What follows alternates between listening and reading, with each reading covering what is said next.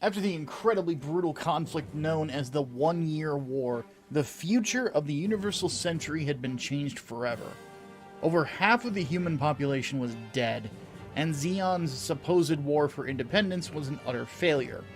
The Zabi family were dead, killed by a combination of the vengeance of Char and the simple fact that they had the misfortune of facing down the White Base in combat.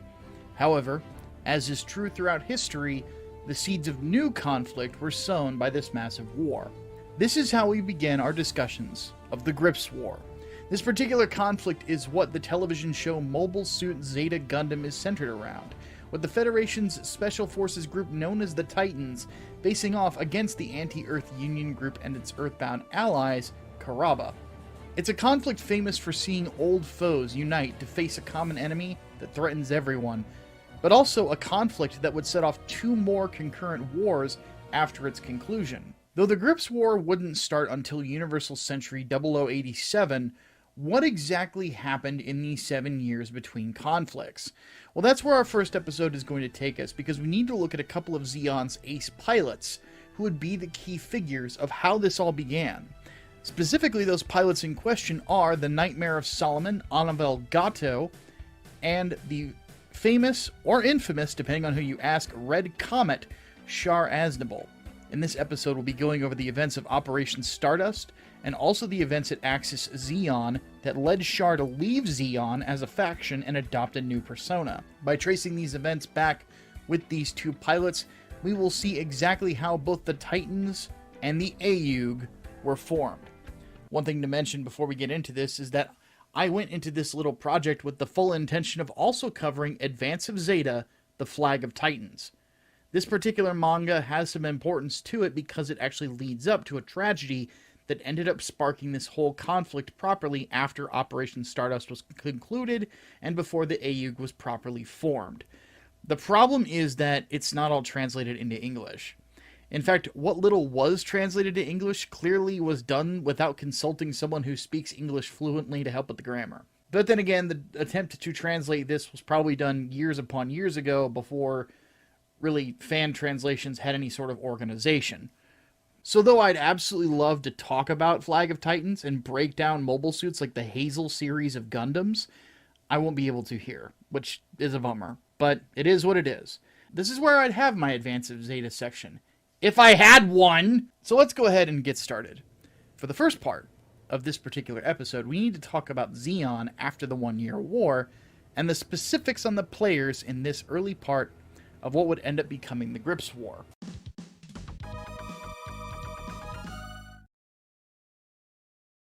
So, after Zeon's defeat during the One-Year War, Zeon as a faction was splintered. During the Battle of Abawaku, the Delaz fleet had split the instant that they found out that Cassilia Zabi had killed her brother, which in turn was due to Girin's fratricide. Regardless, Delaz thought that what was going on was another coup, and so Delaz grabbed ace pilot Anavel Gato, and they beat feet out of the area. Seema Garahau and her MAU, now at this point of time called the Seema Fleet, effectively became space pilots because Zeon used her and her men's home colony, Mahal, and turned that into the solar array, which we covered in the last episode. Nice job, Girin. There were also other scattered groups around space in a group that we're just going to call the Zeon Remnants. The other big group worth mentioning at this point is Axis Zeon. Now, even after the war, it's shown that people from Side 3, or really anyone who calls themselves Zeon, still have that strong sense of nationalism. Despite the fall of the Zabi family, they still want independence from the Earth sphere. Even so, they don't have much of a military left. However, a position of strength for them is the asteroid of Axis. At this point in time, Axis actually sits inside of the asteroid belt between Mars and Jupiter, because it's actually a big converted asteroid itself. This is also a spot that is run by Admiral Maharaja Karn, who was a close friend of Zeon Daikun and also of Dozle Zabi. Now you might be asking yourself, how in the fuck did he survive this long being a friend of Zeon Zum Daikun with Girin Zabi breathing down his neck? Well, essentially he did it via politicking. You see, he already did have a friendship with Dozle that helped matters, but if Girin wanted Maharaja dead, he would find a way to kill him. The best thing that he could do is appease the other Zabis so they would keep Girin away from him, and make it politically inconvenient for Girin to kill him. So he accomplished this through the use of his daughters. Maharaja had 3 daughters in Marlene, Haman, which is obviously his most famous daughter, and Selena. During the 1-year war, Haman was actually sent to the Flanagan Institute for new type testing, which helped to appease the Zombies considering their desire to figure out how to weaponize new types, which is a plan that they had even before the war began, which is something I talk about in my 1-year war series. As for his oldest daughter, she was requested by Dozle to be a lady-in-waiting for Dozle's wife. Now, even though she did have that duty, she also ended up becoming Dozle's side piece on top of that. Or with Dozle on top of her. You get my meaning. Even then, Dozle held Maharaja in high regard because of this, and sent him to take care of Axis instead of getting into battle with the Earth. It's here at Axis that Dozle's wife fled after the Battle of Solomon, and where Minerva Zabi is safely being kept. The thing is, tragedy would continue after that, when Dozle's wife's health faded, and she ultimately passed away. Now, another thing worth mentioning here was the arrival of 2 captains of the Zeon forces after the end of the war. The first is one that you don't know, Captain Enzo, who is a Zeon war hardliner. The other is an old friend of ours, Captain Char. At this point, Minerva Lao Zabi, as an infant, is declared the next head of the Zabi family, and the Karn family are basically her protectors from there on in. Char himself is now assigned to be part of Minerva's royal guard, which is a rather ironic posting when you think about it. Everyone in the audience is laughing at the fact that the guy who toasted Minerva's Auntie Caecilia and led her Uncle Garma into a firing line is now one of her guards. Now, like I mentioned, the whole of Zeon, at this point, still want independence from the Earth, but there's division on how to get it.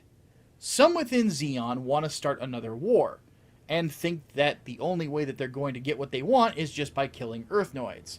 The leader of these idiots on Axis is Captain Enzo, who from here on in we will be calling Captain Dipshit, and his flunkies will be called the Dipshit Brigade. Never say, folks, that I don't declare my biases. In fact, I think I'm a little too obvious with them sometimes. Anyway, as for the smart people in Zeon, they saw how the last fight went and realized how fucking stupid of an idea that is. They'd prefer to go about it peacefully since they really aren't in a position to start another war after they just got their shit pushed in the instant that the Earth figured out how to make mobile suits, and Amuro Ray killed a giant chunk of their ace pilots. Now you're probably wondering to yourself, where exactly is Char in all of this, mentally speaking? Well, it's sort of an interesting place for him because he's in a rock and a hard place. For better or worse, he got what he wanted out of the 1-year war. His big focus was killing the Zabi family for what they did to his dad. But what is he really left with? Well, being a soldier. At this point, we see Char and Axis taking a bit of a mentor role for a lot of the young soldiers there. This is where the relationship between himself and Haman Karn has its origins. When she had returned from the Flanagan Institute, Haman still had a desire to live up to her father's reputation. So, she started to learn how to pilot a mobile suit, with the most notable in her early days being the Schnee Weiss. The MS-09R4 Schnee Weiss is a heavily modified mobile suit that uses the Rick Dom as its base. The goal of this mobile suit is simple. Take the Psychomu functionality of the Elmeth and put it into a standard mobile suit. As you can imagine, that's no easy feat.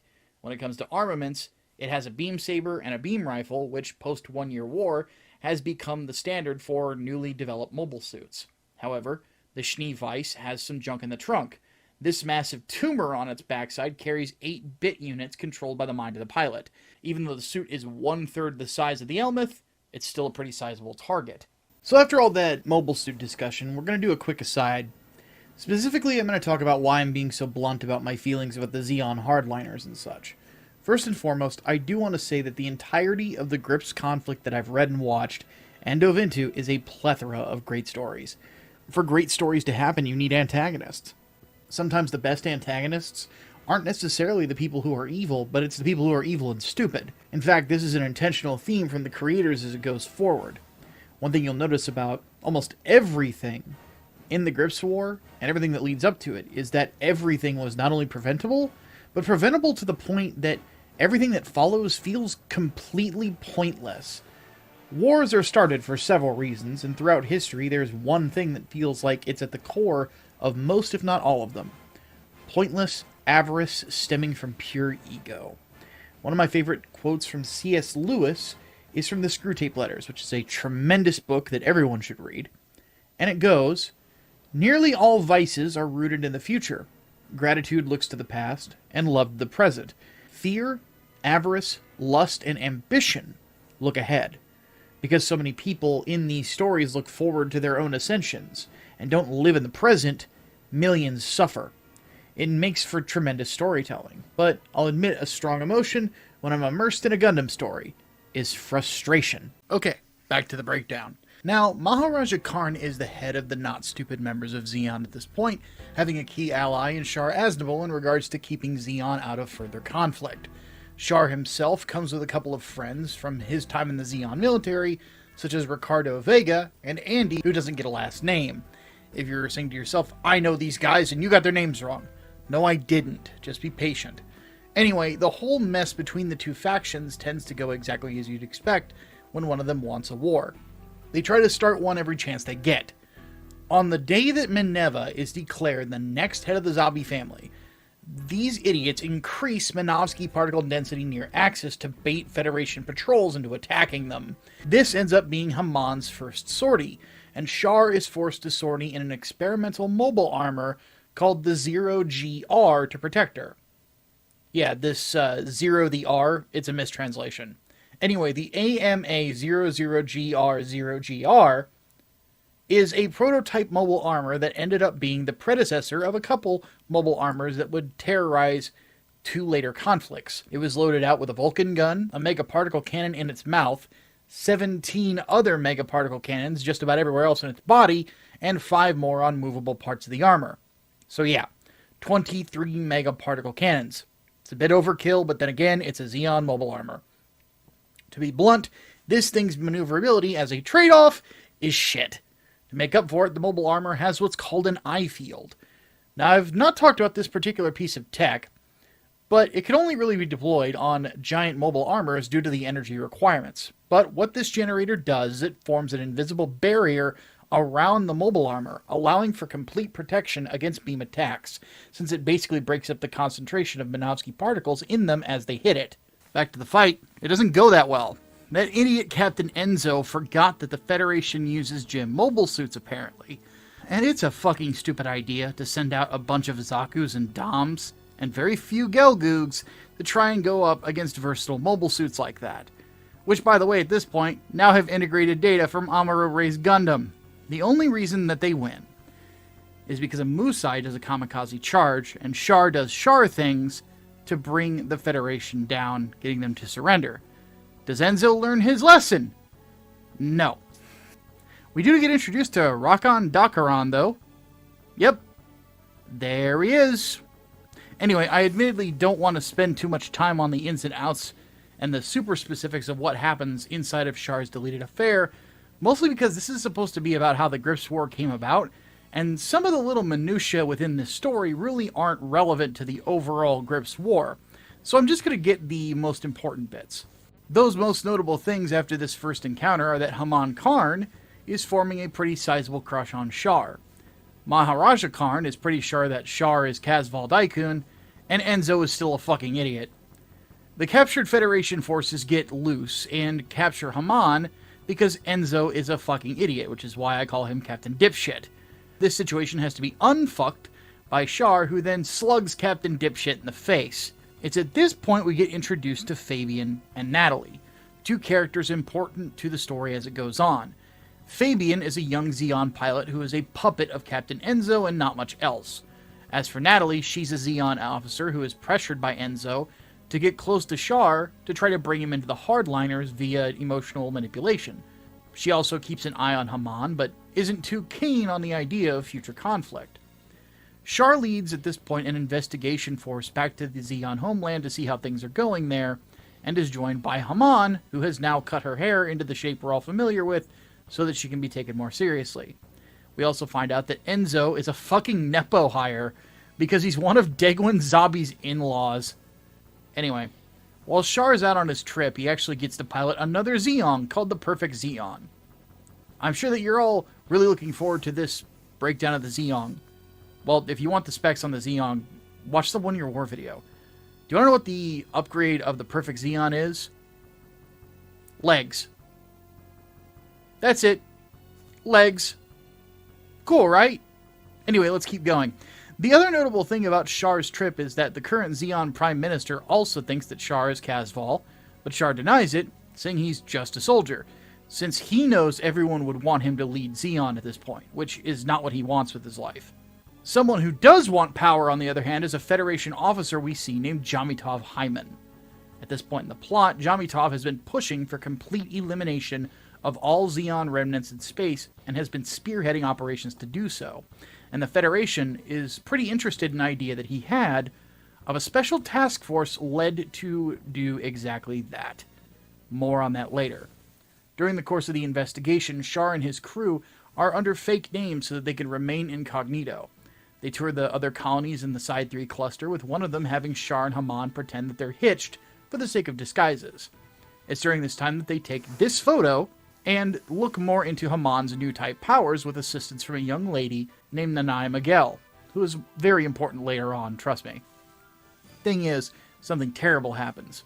Maharaja Karn falls ill, and as this happens, Captain Dipshit tries to take over one move at a time.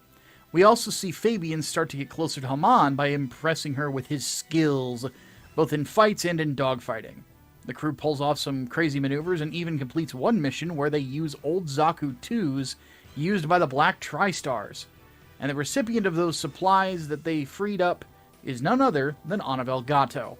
So for those of you wondering if Char and Anavel Gato ever have a conversation, this is basically it, and Anavel doesn't even know that he's actually talking to Char, because Char doesn't tell him who he is. Anyway, during Enzo's takeover, a message from Ricardo manages to get to Char about what's going on. The night that they choose to return back to Axis, Char spends some time with Natalie, where she completely misreads a question he had and basically ends up confessing her feelings to the guy, but not pressuring him to join the hardliners. What she says is 110% authentic, that she really does very much care for Char. Now, luckily for her, though, Char takes the misread of the situation in stride, and he returns her affections. Aww, isn't that nice? So after that, Char bangs her like a snare drum! Anyway, as for Haman and Fabian, we see what Fabian's purpose was. He was to do the same thing, secure Haman, tie her to the hardliners by having her fall in love with him. When that doesn't happen, because Haman has a crush on Char, let's just say Fabian tries his best to do an impression of Griffith from Berserk. And I don't mean taking over Midland. I mean what Griffith did to Casca. Yeah. He does not succeed, though, because after coitus, Char comes in and Falcon punches the idiot and boots him out of the Zeon military. Honestly, the little bastard got off light.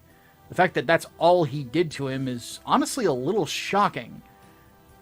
And to be honest with you, if you're watching this and you think less of Char Aznable after that, don't feel alone. I did too. Back at Axis, we get introduced to Mashmir Cello and Chara Soon, who clearly has not learned the power of cleavage yet. Yep, there they are. Anyway, one thing that Char has in his favor is a young lady named Jessica Diaz, who has information about Enzo's plans and uses accusations against him to slow his takeover of Axis. Though he's done a solid job of covering up any evidence of the subterfuge that he's pulled, what with killing other officers and things of that nature, Dipshit and the Dipshit Brigade do their best to still cover everything up, thinking that they've cleaned up any and all evidence against him. Now, when they find out that that hasn't completely worked, the fucker tries to pull a coup d'etat. During this time, Maharaja Karn falls into a coma, and it comes across like everything at Axis is being turned on its head. At this point, hardliners launch mobile suits primarily with standard Zeon MS, but deploy a black Schnee Weiss called the Touche Schwartz. The MS-09RN2 Touche Schwartz is the successor to the Schnee Weiss that features a downsized Psychomu system and a built-in launcher. This is contrasted to the Schnee Weiss having a massive Psychomu unit as its tail and a separate bit launcher that is separated from the suit itself. The bits on this unit are called short bits, with the suit coming with 12 of them, and they are small, fast, and sleek. The thing is, the mobile suit can't be deployed for more than a couple of minutes, given the stress that it puts on the pilot. Now, the first encounter ends with the first pilot of the Touche Schwartz ending up in the ICU, and another new type, named Yayoi Ikaruga, who is a friend of Ricardo's, taking up the job. As you can imagine, this is only going to end in tragedy. They drug the kid up, stick her in the Saikamu unit, and send her out to fight. During the next battle, Haman and Char lead his team, with Haman deploying to counter the Touche Schwartz. Char, on the other hand, goes with Natalie into Axis itself to infiltrate it and hopefully cut the head off the snake, which they do manage to do with some stealthy moves. They also manage to find the evidence that would prove all the crimes that dipshit committed as well. Out in space, Haman and her team are on the ropes, but Ricardo goes out to try to talk Yayoi down. Though he does manage to get her to calm for a bit, Haman takes the opening and puts down the Touche Schwartz, much to Ricardo's horror.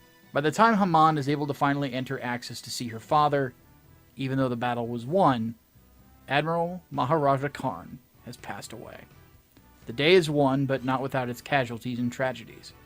Now at this point, Haman Karn is going to be made regent of Axis at the age of 16, and will be left to lead Axis provided Char is able to persuade her to do so. He does manage to, and during the ceremonial funeral for her father, Haman dons the outfit that we're all used to seeing her in, and takes her place as the leader of Axis Zeon. After this is done, we find out that Natalie's love affair with Char has a hidden blessing. She's now carrying Char's child. The thing is, Haman's not very pleased by all this. It's at this point that Natalie reveals what was supposed to happen, that Fabian and her would secure both Char and Haman for the hardliners via emotional manipulation. Though Natalie came to honestly love Char and did see Haman as a friend genuinely, obviously not going through with Enzo's plan, the fact that she didn't warn Haman and basically deceived the young regent pisses her off to no end. Because, I mean, you could have basically avoided the possibility of Haman, suffering an attempted rape. After leaving, Haman notices there might be a man in the female dorms, but she brushes it off just to her pure anger. But that said dude is another one of the hardliners that Enzo used to get his dirty work done. Haman hears a gunshot and calls for the section to be locked down. The scumbag is then shot and killed by Zeon forces, but he succeeded in his mission. Char Aznable's paramour, and the mother of his unborn child, is now dead. Char confronts Haman about whether or not she knew. And though Haman doesn't answer, the silence is deafening. And it is at this point in the story, the year is 0083.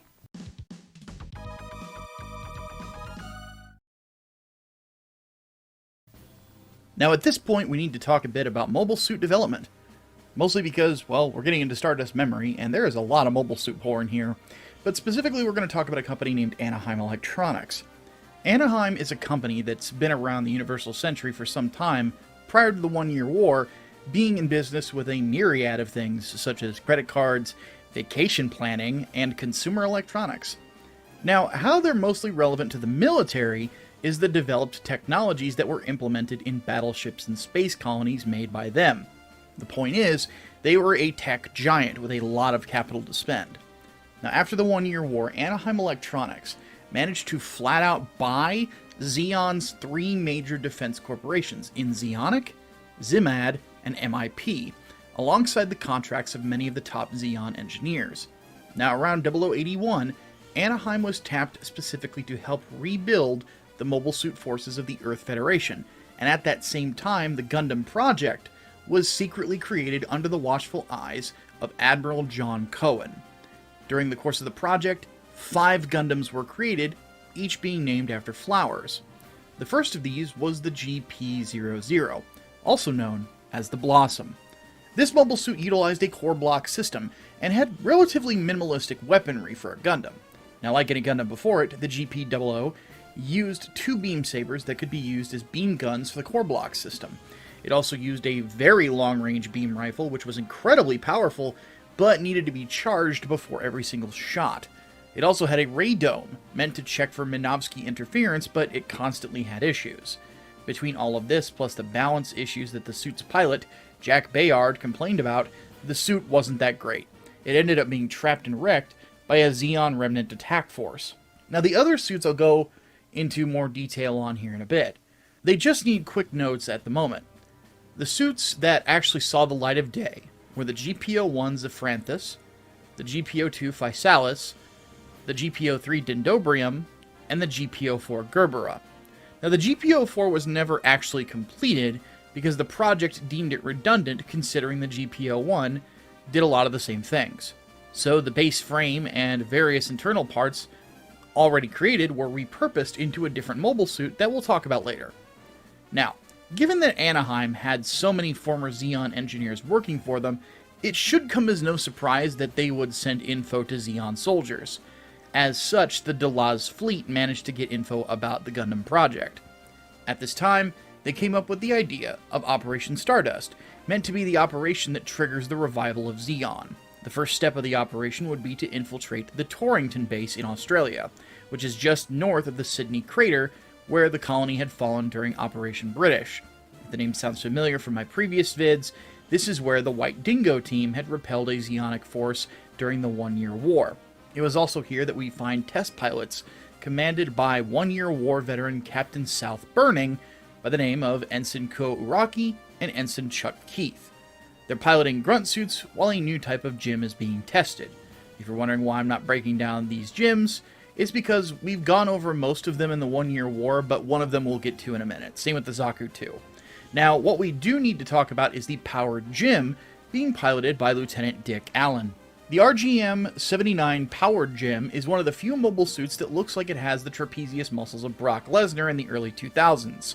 This 18.5 meter beast of a grunt suit was a test bed for the Gundam development project. Based on the Gym Type C, it actually was testing a backpack that was an early development version of the one on the Gundam GPO-1, on top of new shock absorbers in the knee joints. This gives the suit a 30% increase in thrust to a grunt suit that was already pretty nimble in the hands of a knowledgeable pilot. Its armaments included 60mm Vulcans in the head, a beam saber, and two different versions of the 90mm machine gun, one in bullpup style with a shorter barrel, and then one called the Gym Rifle, which was a front-fed magazine with a longer barrel. It could also use a hyper bazooka if needed, plus like other gyms, it had a ballistic shield, but now it could be attached to the arm instead of held in the hand of the suit via the use of hardpoints. Now elsewhere we see a brand new Pegasus-class ship called the Albion, headed up by Captain Igar Synapse, and is carrying a passenger by the name of Nina Purpleton, which somebody is already commenting how much they hate her in the comments. Anyway, she inquires about the ocean that they're flying over, and Synapse explains that the ocean that they are flying over is a giant fucking hole left behind by Operation British. We also see a few Zeon mobile suits that notice the ship coming in, and we see that Anavel Gato is now on Earth, saying that he is commencing Operation Stardust. Now, there's something that needs mentioning. I'm not going to be going a strict episode-by-episode plot analysis. I kind of already did that in my review for 0083. I'm just going to go over the major beats of what happened, trying to provide some background for things that are going on so you guys have a better understanding of the context. Like my Sinanju Stein said at the start of the video, these are supposed to be companion pieces, not a substitution. Anyway, later on in the day, Chuck and Co. stopped by the hangar to find that the ship was carrying two mobile suits. Specifically, Gundams. Now let's start with the GPO-1, shall we? The RX-78 GPO-1 Gundam Zephyranthus is a general-purpose mobile suit meant to improve on the RX-78-2 that Amuro Ray piloted. Like I mentioned earlier, with all Gundam Project mobile suits, this was an experimental unit that either upgraded or redesigned sensors and balancers to make it move more similar to a human. Now, given that the original Gundam could already combat roll and leap pretty well at targets, any upgrade was already going to be monumental. It also used a core block system that was much larger than the original Gundams, with the core block now placing the cockpit in a horizontal position as opposed to vertical when it docked with the legs and torso. Plus, the beam sabers were also the core fighter's beam guns. Here's a photo of the core fighter, which definitely leans into the Top Gun comparisons considering this thing looks like an American fighter jet. As for weaponry, like its older brother the RX-78-2 that Amuro piloted, it has two beam sabers on the backpack and two 60mm Vulcan cannons in the head. The beam rifle for this mobile suit had a couple of new technologies in it. The first was the use of an EPAC system, which allowed a beam weapon to be magazine-fed, as opposed to relying on energy fed from the reactor of the Gundam. Each pack allowed for 20 shots. It also had a jute underneath the barrel that worked as a bayonet of sorts, allowing the GPO-1 to defend itself against enemy melee weapons in close quarters without switching to the beam saber. It could also use the GIM's 90mm machine gun, the GIM rifle, a hyper bazooka, and its shield was also a hardpoint connection like the powered GIM. Though I would admittedly expect that, more than likely, this could probably use just about any other Federation weapon, because Federation mobile suits, all the way back to the One-Year War, were designed to use each other's weaponry. If there were ever a point in the field where Amuro had gotten knocked down and a GIM was nearby, a GIM would have been able to pick up his beam saber and use it, so on and so forth. Anyway, as for the other mobile suit, this one was a little different. The RX-70 GPO-2A, Gundam Physalis, was originally designed to be an assault-use heavy mobile suit like the Dom, but that idea was dropped early in development, instead with a focus being on raw firepower. So how do you crank firepower of a Gundam of all things? Well, you make it fucking nuclear weapons capable. Specifically, this is a tactical nuclear warhead that could be fired at a close enough aimed range that you could avoid the jamming caused by heavy Minovsky particle density, which largely made nuclear weapons irrelevant in the field of battle. Now the thing is that firing a nuke that close could be catastrophic to the suit, so the armor and shield were made considerably heavier and larger to protect the pilot during an operation that the warhead would need to be fired. To do this, though, a core block system would not be used for the Physalis, instead just using a spherical cockpit covered by a ton of layers of composite armor and cushioning material. Now don't let the thickness fool you. You might think this thing isn't worth much given the thickness will make the back hip armor clap so hard it alerts everyone, but this thing is actually quite fast and maneuverable. You can chalk that up to the massive rear thrusters, which allow it to both hover under gravity and really book it in space. As for weaponry, the most obvious weapon is the nuclear bazooka, which was one of a kind.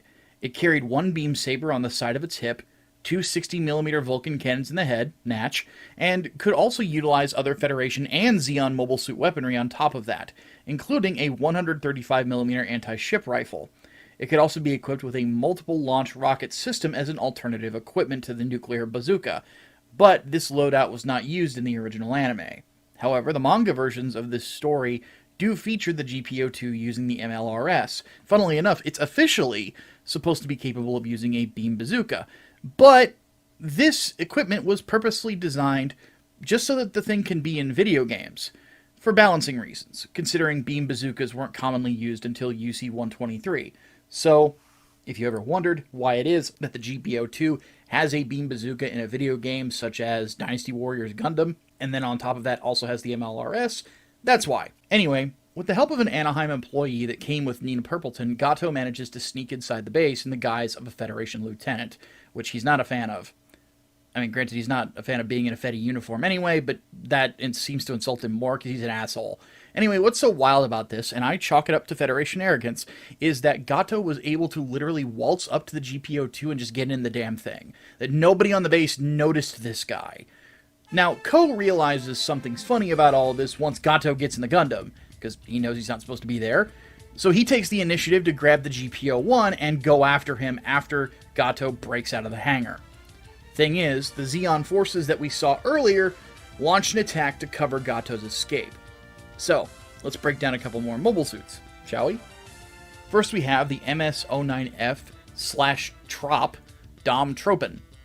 Now, the long story short about this thing is that it's a redesign of another variation of the Dom that takes notes from the Dom Fumph, the standard Dom, the Dom Tropical Test Type, and the Rick Dom 2 that we saw in War in the Pocket. It's basically built in a way to make sure that sand and other things don't clog up the jet engines that allow it to hover above the ground. The main benefit to the Dom in land combat, for those who don't remember, is its speed and maneuverability, despite its size, which makes it very usable against beam-capable mobile suits like the GIM that we see in the show. In fact, standard Doms are still used on Earth for many, many years after this even. As for its armaments, it still uses the scatter beam gun and the heat saber, but it can also equip the MMP-80 90mm machine gun, the Rakuten bazooka, plus about any other Zeonic weaponry that isn't a beam weapon. The other notable MS that's providing artillery cover for Gato is the YMS-16M ZAML. This is a 27 meter and 121.5 metric ton weighing beast. Though it's technically a mobile suit, it kind of feels like a midpoint between a mobile suit and a mobile armor. Now, it does look like a slow son of a gun, and maneuverability-wise it is. However, when it gets going, it can actually reach a cruising speed of 220 kilometers per hour. Or for those of us who speak freedom, 136 miles an hour, which is faster than the running speed of a Gundam, though not by much. It was also a two-seater mobile suit that could actually be piloted by one man if need be. As for its weaponry, like I sort of mentioned, this is an artillery platform. Its primary weapon is a 680mm cannon, which is a huge round, that can fire several different types of rounds, like standard artillery shells and spread shells. It also had a 20mm Vulcan in the chest, and an 8-tube missile launcher on its left back.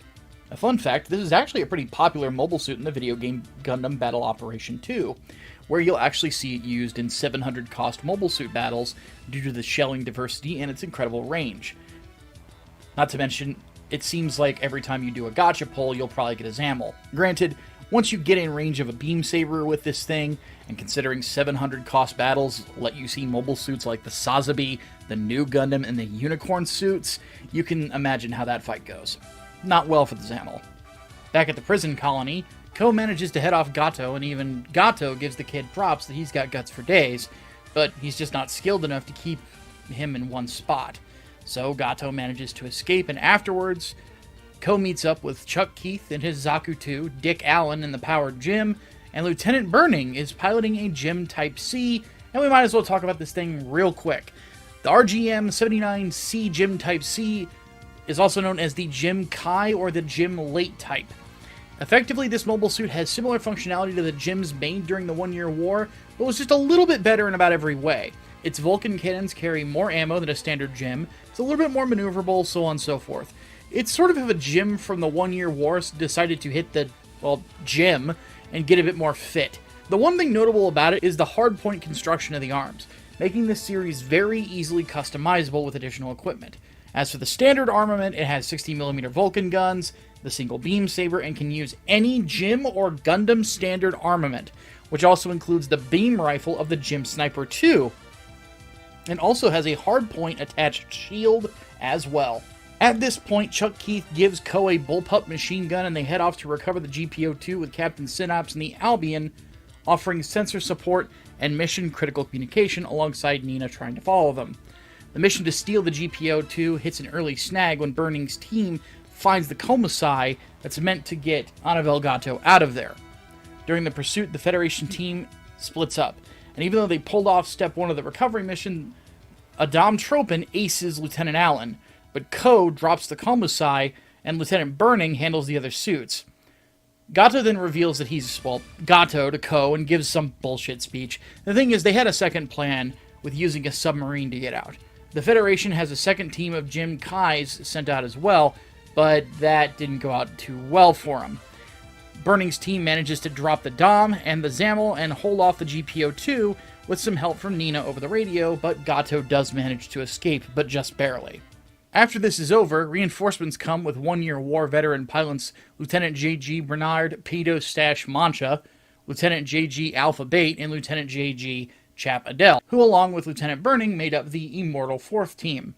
Apparently Burning actually piloted a Gym Sniper 2 during the latter part of the war, with Pedo Stash and Alpha Bait using Gym commands, with Adele, of course, using a Gym cannon. Anyway, Pedo Stash tries to start a dick measuring contest with what he probably calls his 2 inches of power. I fucking hate Mancha, can't you tell? And wants to pilot the Gundam. So he and Ko do a mock battle to see who gets it, where Mancha pilots his Gym Custom. Another breakdown. The RGM-79N Gym Custom was a limited production general use mobile suit that was part of the Federation Forces Reconstruction Project, the one that I mentioned earlier when Anaheim got hired to help out. And it took notes from the Gym Sniper Custom, the Gym Command, and the Gundam Alex of all things. Developed at Augusta, which is the same place the Alex was, the suit was made, for better or worse, as a high-performing jack of all trades. The thing is, this made the suit a bit pricey to produce, which is why so few of them were used. As for the weaponry, it basically uses the same weapons as the rest of the Gyms and Gundams that I've talked about here, but it has a shield that's going to look familiar for those of us who watched 0080. It's very, very similar to the one that the Gym Sniper 2 uses. Now, regardless of what's going on, Mancha loses the fight because he sucks and has a pedo stash. That and Ko outmaneuvers him because Mancha's a fucking idiot who sucks and has a pedo stash, and I really fucking hate this guy. Anyway, both guys get a week in solitary for the duel, which wasn't authorized, and both Nina and Orville, the Zeon guy from earlier, remain on the Albion.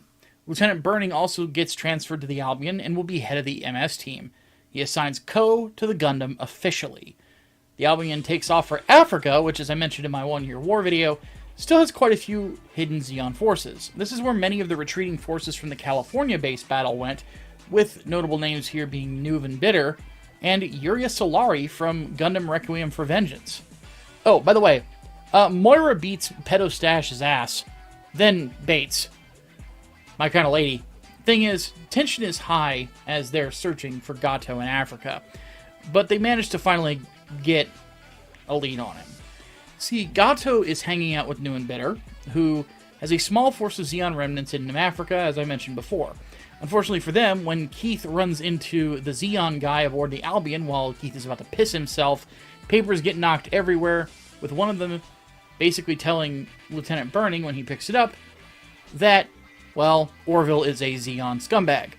So Orville tries to escape and manages to get to the spare core fighter, but they let him get away, so they can track him to the enemy. The shithead gets shot down, the GPO-2 gets loaded onto an HLV, but the Albion starts an attack. Unfortunately, during the course of this, the GPO-2 does get away, and during the battle, the Zeon MS forces get wiped out as well, and the rest of the base surrenders.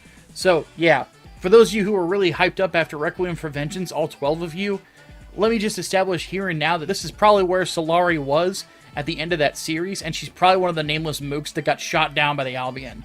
Oh no! Anyway, so the RGC-83 GM Cannon 2 was deployed on this mission. The GM Cannon 2, as you can see, is as thick as all get out, adopting the Choban armor concept from the Gundam Alex, and taking some ideas from the gun cannon mass production type, and also featuring a very powerful generator that allowed the suit to use those massive cannons on its shoulders without much trouble. Reason being is that those are actually beam weapons. This MS is quite the tank too, featuring the same shield as the GM Custom, and unlike other GM units, it also carried two 60mm Vulcans in the head, can use the 90mm GM rifle with a long barrel, but could also use the bullpup weapon as well, and even the beam rifle of the GM Sniper Custom if need be. Plus it also carried a beam saber. So though you could still use Kai Shiden's Shove Fu from the original series, stabbing and slicing is now an option in close quarters. Now after this, the crew heads to space, and they're still a mess, but they're searching out a shoal zone for Gato. On the Zeon side of things, it's at this point that Gato meets the Sema fleet, led by Sema Garahau, who we discussed during the 1 Year War, and her crew of fellow cynics. Now just a quick refresher on their lore. Sema was the one who fired the gas bomb during Operation British that killed the colonists, where Girin lied and said it was sleeping gas. After that, her and her men's colony was turned into a giant space weapon which left them all homeless. So their give-a-fuck meter is at an all-time low. Regardless, Gato reunites with Delaz, and they're going to be united with Sema's fleet to pull off the operation. The Federation's on their heels, so Sema volunteers herself and her men to take on the Albion and their backup. Then Delaz and Gato suck off Girin or some bullshit, and you know what, fuck both of these genocidal douchebags. Anyway, Nina acts like a bitch and almost gets killed, and gets the Gundam wrecked by playing into Pedo Stash's dick measuring contest. Let me show you how. You see, Shima's fleet launches with some mobile suits that you don't want to be across from if you've got a disadvantage. These things are called Gelgoog Marines. The MS-14F Gelgoog Marine is exactly what it sounds like. It's a variation of the original Gelgoog, but meaner and much more streamlined for space combat. Their backpacks have a bit more in common with the high-mobility Gelgoog, with a more developed backpack than a standard Gelgoog, and also has 2 external propellant tanks. So it goes without saying that these things have speed that would be very hard to match, on top of their size and power. In some ways, this suit almost feels like Zeon's answer to the Gundam Alex in regards to its armaments. Each of its forearms has a 110mm cannon inside of it. Though they are pretty high caliber, they're not really useful at long range. These suits also trade the beam naginata of the original Gelgoog for a pair of beam sabers. As for the rest of the armament, they can carry either a spike shield, which is admittedly just better for punching things than deflecting anything, or a standard Gelgoog shield. Weaponry is pretty simple as well. Anything Zeon can use, this thing can use too, including later beam weaponry that other Gelgoog units use. Another suit worth mentioning is the MS-14FS Marine Commander type that we'll see in a minute. On top of being a cracked-out Gelgoog, it also had two 40mm Vulcans in the head, and improved maneuverability because it's a lighter unit, weighing about 1.3 tons less than a Gelgoog Marine at max weight.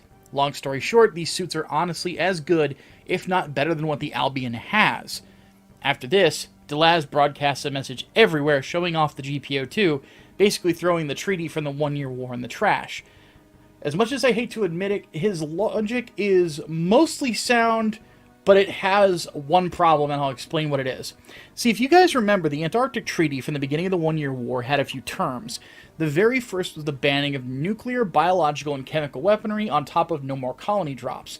So the existence of the GPO-2, that the Federation foolishly armed with a live nuclear warhead, is in their eyes a violation of that treaty. Thing is, Zeon violated the treaty first, you fuckstick! Let's not forget that Mikuve broke it when he tried to drop a nuke during Operation Odessa. Now, during the stupid speech, I want you to have a look at a specific man next to the Admiral from the Federation in this speech. This man in goggles that is likely whispering into his ear is Deputy Commander Bask Ohm, a confidant of Jamitov Hyman. We'll see more of him in a bit, but just be aware of who he's next to for now. Either way, the battle commences, and Ko goes out in the Gundam, where he is at a significant disadvantage. You see, it hasn't been properly tuned for space combat. In fact, it's supposed to have additional equipment. And because Nina decided to treat a fucking Gundam, which is a priceless piece of military equipment, like it's something to be played with like a children's toy, Ko goes out there with a major disadvantage with mobile suits that have a level of performance that could be similar to that of the original RX-78-2. Once Seema hits the field, they break through quick and wreck two Salamis-class cruisers like they're nothing.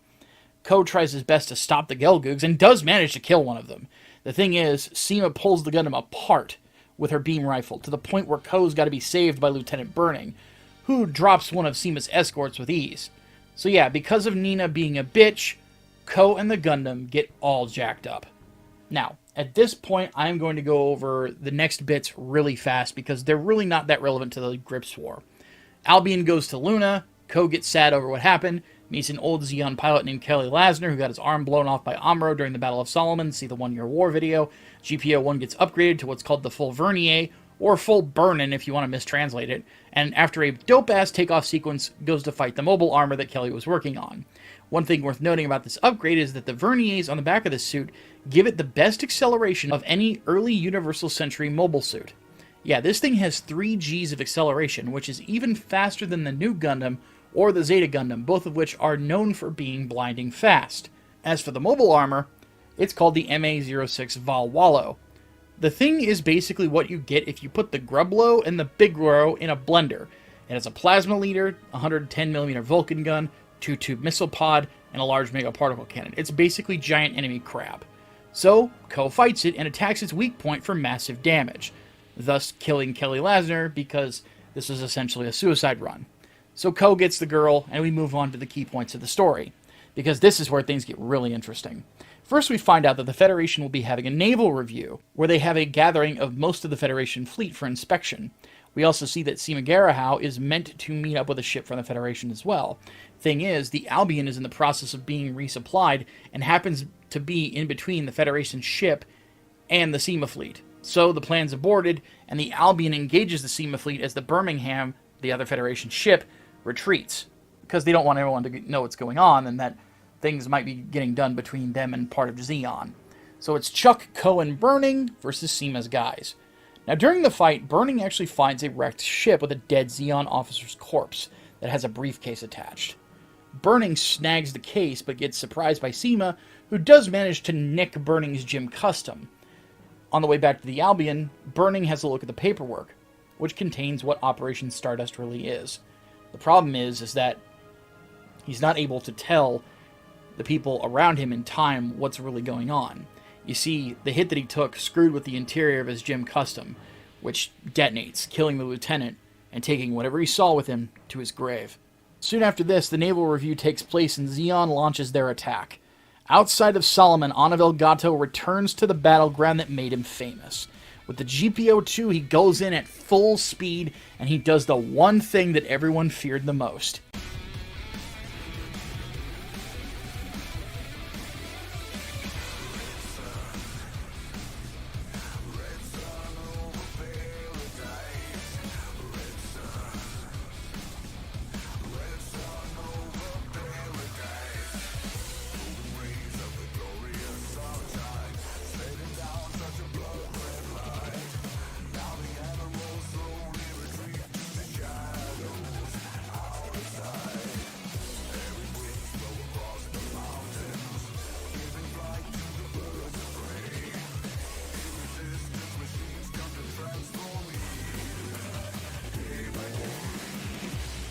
But you are a conservationist, yes? Yes, I just had Shirt Dude did all that to make a Kirk Thornton joke because he's the Cabela's 2013 guy and is also Annabelle Gatto and is also Shadow the Hedgehog, so I'm guessing that means that somewhere in his heart Annabelle Gatto loves Latinas.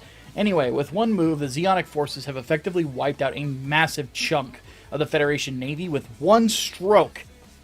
Around 2/3 of it to be exact, but as the Federation officials state, they still outnumber Zeonic forces by a substantial amount. Ko goes after Gato, and the two do battle. Over with Sema, we see that a countdown is ticking down for reasons that we'll find out later.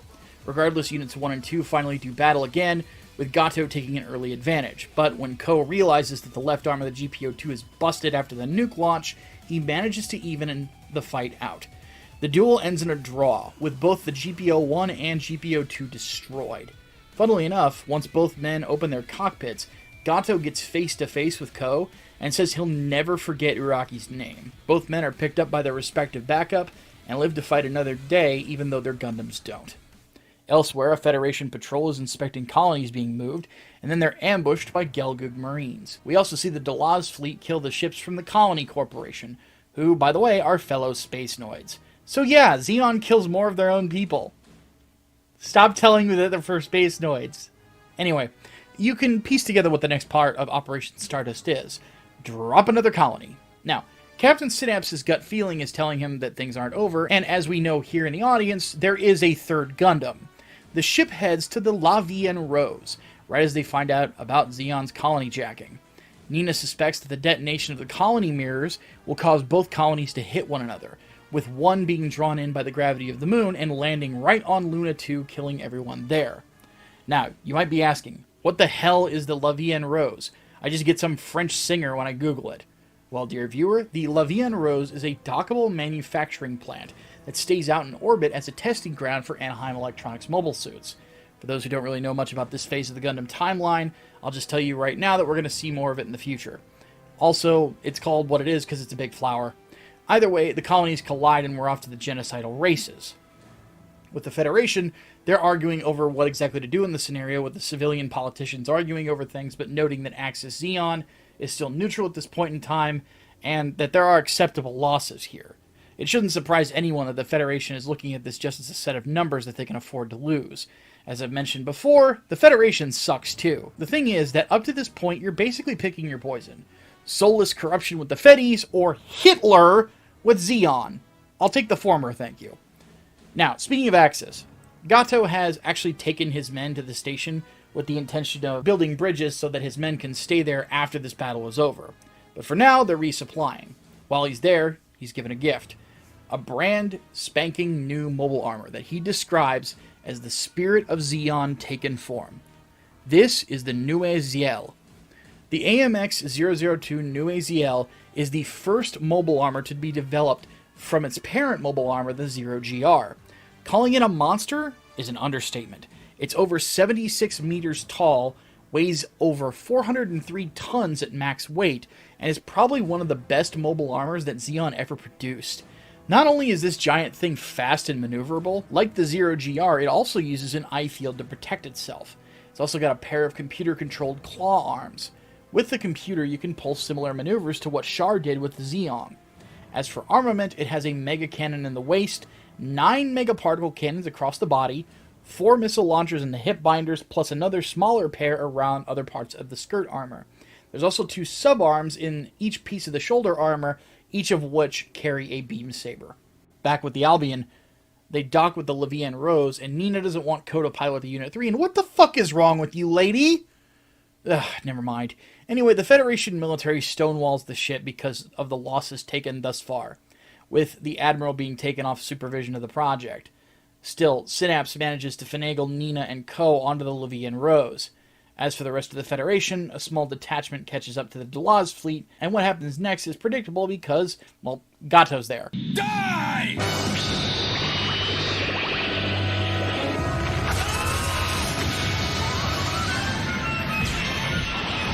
As for the colony above Luna, Von Braun City fires a beam at it that gives power to the colony, giving it acceleration.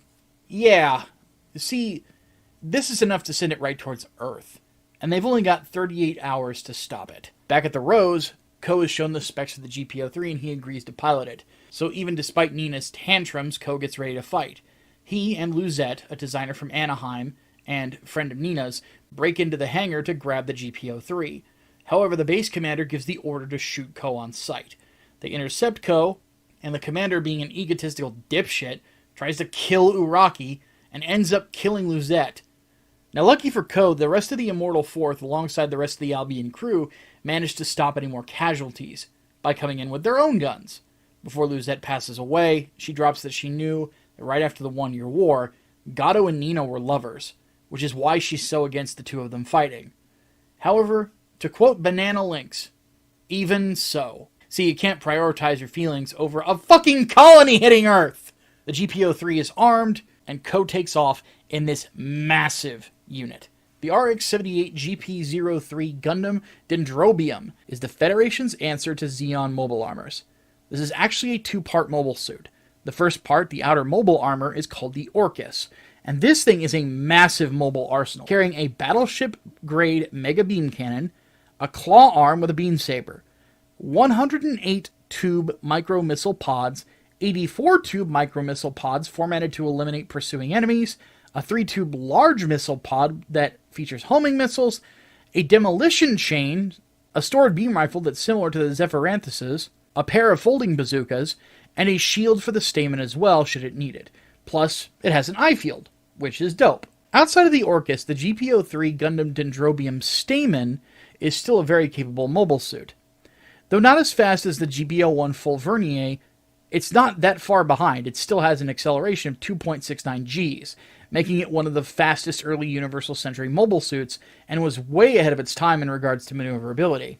It made good use of the aforementioned beam rifle and the folding bazooka, plus carried 2 beam sabers inside of its backpack. Funnily enough, this is the first Gundam that we've talked about in this video, and maybe in the entire series so far, that doesn't have 60mm Vulcan cannons in its head, except for the Epion, now that I think about it. Now, there are 2 spots on either side of the face that might have been meant for them to be installed later, but given that this suit was still being tested, it's possible they just didn't find time to install them. Either way, the GPO-3 has caught up with the Zeon fleet. At this point, Axis' ships that came to escort them are falling back. And if you're wondering, yeah, Haman does make a cameo appearance. The fact that these ships, which are under her command, are even here should indicate where her head is. Or in the 0083 manga, where her big ass is at. Regardless, it's here we see another Zeon MS that's new, and if you thought we were done with MS breakdowns, we got a few more for this section. 0083 is basically mobile suit porn, let's be honest. The MS-21 Drak C was actually developed by the Delaz fleet to boost their combat strength. It's basically a Zeon fighter bomber and a Zaku having a baby, without legs. It's also a space-only suit that has a shield, a beam saber, 3-barrel 40mm Vulcan gun, and can also be equipped with a Gatling gun. They're also completely ineffective against the Denobrium, which absolutely outmaneuvers and starts wrecking Zeon mobile suits like they're an afterthought. After a bit, the mobile suits retreat, and then Gato and Ko clash again. Now, one thing worth mentioning is that the GPO-3 uses a good amount of ballistic weaponry, which eye fields do not deflect. After scoring a hit on Gato, Ko returns to the Albion to resupply, with about 8 hours left until the colony hits the point of no return. Now, on Earth, we see things have changed. Admiral Cohen is shocked to see that none other than Jamatov Hireman is there with the head of the Federation forces, and things are changing. With a gun pointed at Cohen's head, the current admiral of the Earth forces is ignoring the smart thing, rather waiting to possibly mop up Zeon forces after the colony hits and using a different method of possibly destroying it. This leaves the Albion alone to try and stop things. Though we did see Seema on the Admiral's screen beforehand, didn't we? That's because, as you probably guessed, Seema is a double agent. As for the other option, the Federation's going to use a solar ray weapon to try to take out the colony, with it being led by none other than Bask Ohm. Must pay to have friends in high places. Regardless, the fight continues. Ko continues to fight both Gato and the fleet simultaneously on relatively zero rest. At this point, he's been fighting for over 10 hours straight with only resupply times to take a break, in which case he usually stims up. Despite Ko's best efforts, the colony crosses the point of no return. However, the Delaz fleet has ceased fire and wandered right into the path of the solar ray as a gift for the Federation. Funnily enough, as much of a bitch as Seema is, her history kind of makes it understandable why she'd switch sides. Anyway, she ventilates Delaz's head, and in turn, Gato ventilates the bridge. Seema does escape, though, and gets into her mobile suit for the final phase of the fight. At this point, Bask Ohm tells Synapse to guard the solar system alongside the Seema fleet, which Synapse is not happy about. Same with Ko. As for Gato, he goes right after the solar ray system. As for Seema, she takes off in the last mobile suit I'm breaking down this episode. Well, this section. Remember how I talked about the GPO-4 being partially assembled? This suit is the final version when Seema got her hands on it. The AGX-04 Gerber Tetra is basically a Gundam skeleton with a Zeon skin. Unlike the original GPO-4, though, which was meant to be a sniper unit, the Gerber Tetra is a high-mobility mid-range unit. It carries with it 4 110mm machine cannons in its forearms, a beam saber, and a beam machine gun as well. It also has propellant tanks to help with its speed, giving it a speed close to 3 Gs. It also has a detachable piece of equipment called a stern booster that allows it to go even faster than that, but it is detached prior to combat. Either way, the battle becomes a clusterfuck. Seema fleet versus what's left of Delaz, which was already fighting the Federation. Now, just as they're about to fire the solar ray, Gato manages to land a hit on the control ship, and Bask fired the damn thing a little too early as well. So the gamble absolutely fails. The colony survives, and everyone's got to run out of its way, and everything just goes tits up. The colony will be hitting Earth, but for some reason, Nina takes up on the GPO-1's old core fighter. Oh, and Seema tries to take out the GPO-3. How's that work out for her?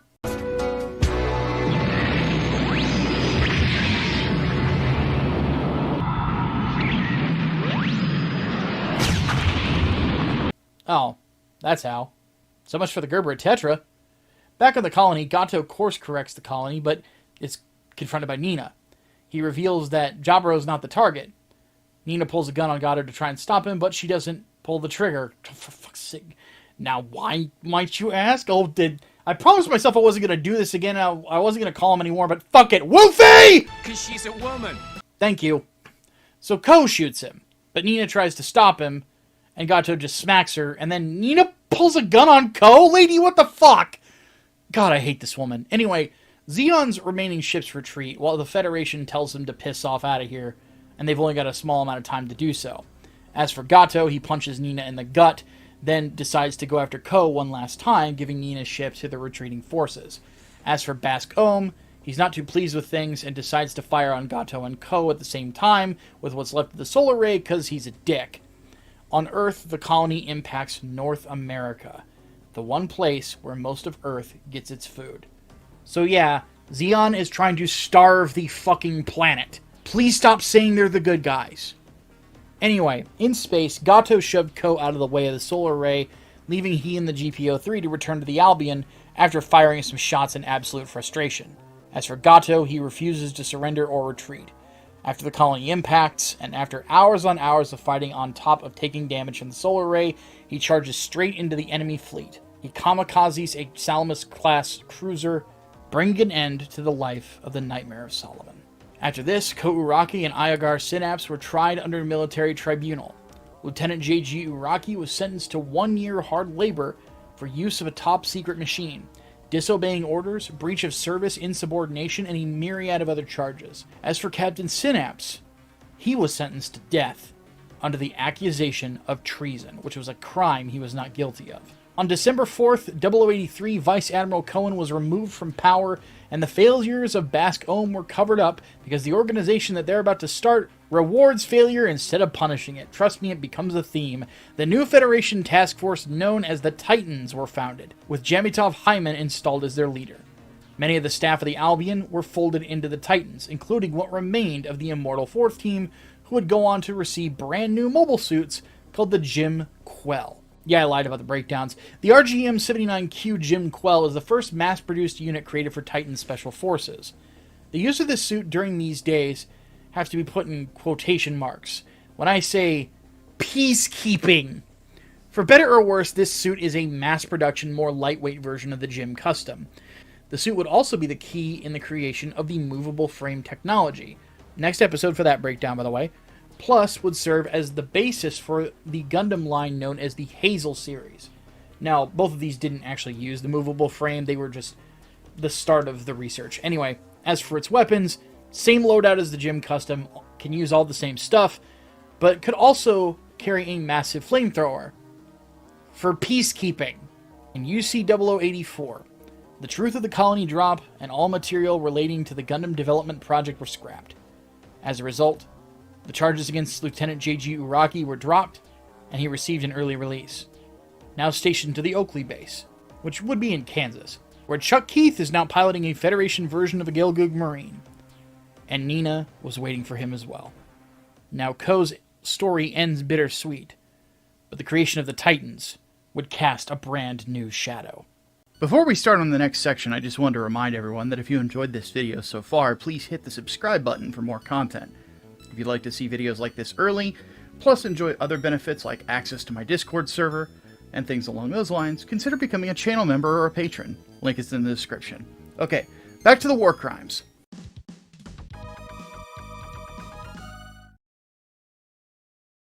In September of 0084, Char takes his fleet from Axis and orders it to separate, with each ship operating independently from here on in. Char himself returns to the Ambrosia base, where he had received the perfect Zeon a couple years prior. It's here that he and a small team headed for the Republic on a cargo ship. And while there, his small group of allies ask him to change his identity and become part of the Federation to undercut the Titans group. Each of he and his confidants would take names of missing soldiers from the Federation, letting them seamlessly integrate. At the same time, the Titans leadership meets about issues that are going on at Side 1, with Bask Ohm ordering it to be, quote-unquote, nipped in the bud. Lieutenant Tiago, the man in charge of squashing the problem, has a maid that's actually a spy for Char named Oksana, who has the room bugged and overhears that the Titans are planning on deploying mobile suits for peacekeeping. Back with Char and his team, everyone's name and rank has now changed. Char Aznable, formerly a captain, is now Lieutenant Quattro Bagina. Andy is now Apolli Bay. Ricardo is now Roberto. And Jessica Diaz is now Jane. They run into a problem early on where a confidant that Char and his team were working with, named Bjorn, turns out to be a double agent, running off with the data of their real identities. This sees Char actually pilot a Jim for the first time, with he and George, the guy who got him the new identities, in pursuit. Though Bjorn manages to get inside a Salamis-class ship where he was supposed to flee to, Quattro's on the ball, destroying the mobile suit hatch, and as you'd expect from an ace pilot, he makes mincemeat out of the Salamis. Back with the Titans, it seems that false intel got leaked to Zeon to make sure none of the remnant forces would try to interfere with what's going on. One Zeon group is only able to send out a single Zaku piloted by a young new type named Kamuji, which runs into 3 Jim Quells.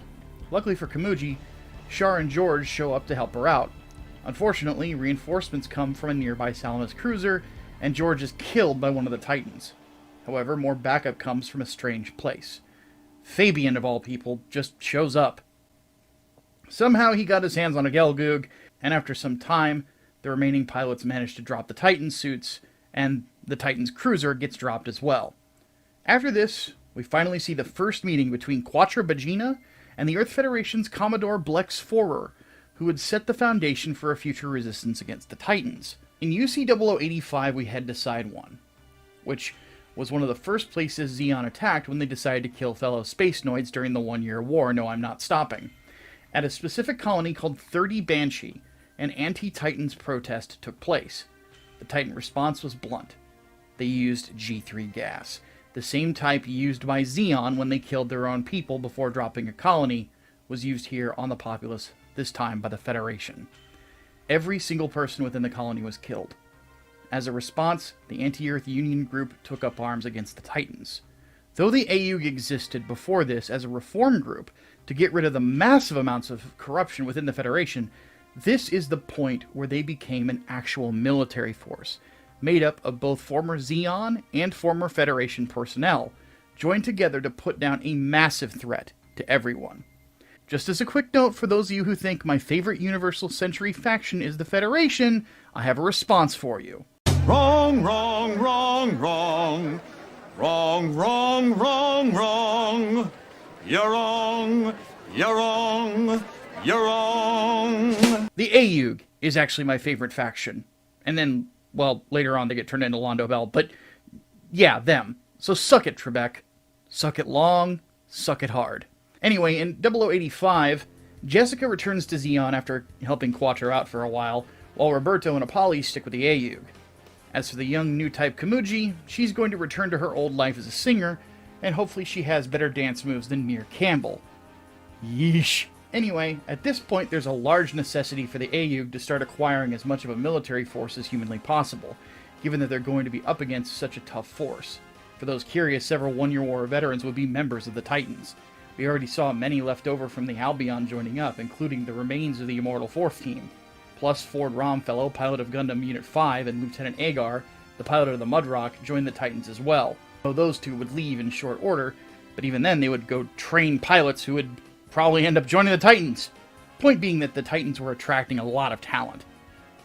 Now, over in Axis at 0086, Haman has decided to move it towards the Earth sphere, and during this time, as she ponders where Char is at, two little girls come and hug her that look absolutely identical. For those curious, this is the first appearance of the clones of Elpeo Puru, a young new type, showing that Zeon was experimenting with cloning new types. In UC 0087, right outside of the Sweetwater colony, Quattro is introduced to the new mobile suit developed specifically for the AEUG by Anaheim Electronics. This project is called the Gamma Gundam Project. But the mobile suit it produced is, yeah, that's not a Gundam. And Quattro has a different name in mind because there's nobody more familiar with Gundams than him. This, ladies and gents, is the Rick DS. The RMS-099 Rick DS, formerly known as the Gamma Gundam, is the mass-produced mobile suit created from the AEUG's Zeta project for their war against the Titans. This was also the first mobile suit built from a new material called Gundarium Gamma, which was much lighter than the original material used to make the RX-78 series of mobile suits, ergo allowing it to be much more maneuverable than those already incredibly maneuverable suits, which says something. It adopts a 360-degree panoramic cockpit like the Gundam Alex and the GPO-3. Though not intended, it essentially is a successor to the Dom in appearance and functionality. It has a 50mm Vulcan in the head, and could use a 300mm clay bazooka that could be loaded with adhesive rounds, explosive rounds, and even flechette rounds. It also used a pair of beam pistols with enough power to bust a mobile suit up with ease, plus could use a beam rifle and beam saber. Side note, at this point in the Universal Century, beam-capable mobile suits have become the standard, so I will not be mentioning that as a positive whatsoever. Nearly every mobile suit from here on in will primarily use beam weaponry. That just goes to show you how much the Gundam honestly changed how mobile suit development was going to go forward in the future. Everything wants to be the Gundam now, so new standards need to be created, which we will see as this goes on. Now this brings us to chatter about a secret Titans base in a familiar spot to Quattro. Side 7. For those who don't remember, Side 7 is where the original Gundam was developed. Now specifically, this is the Green Noah colony. To Quattro's absolute horror, it's revealed to him that the Federation are developing Gundams there. Gundams. Plural. So at this point, Quattro is flanked by Apolli and Roberto in their Rick Diaz suits. At the launch of this mission, Char feels a presence of a new type on the colony. And the future of the Universal Century is about to feel another major shift. On the next episode of Zeta Gundam Explained, the Gryps War will be beginning in full, as a frustrated young boy gets driven to get even with the Titans. Old friends from the previous war will return, and longtime rivals will become allies to wage war on the Titans, to stop them from committing more atrocities against the people of space. So next time on Gundam Explained, prepare yourselves for Grand Theft Gundam. You will see the tears of time.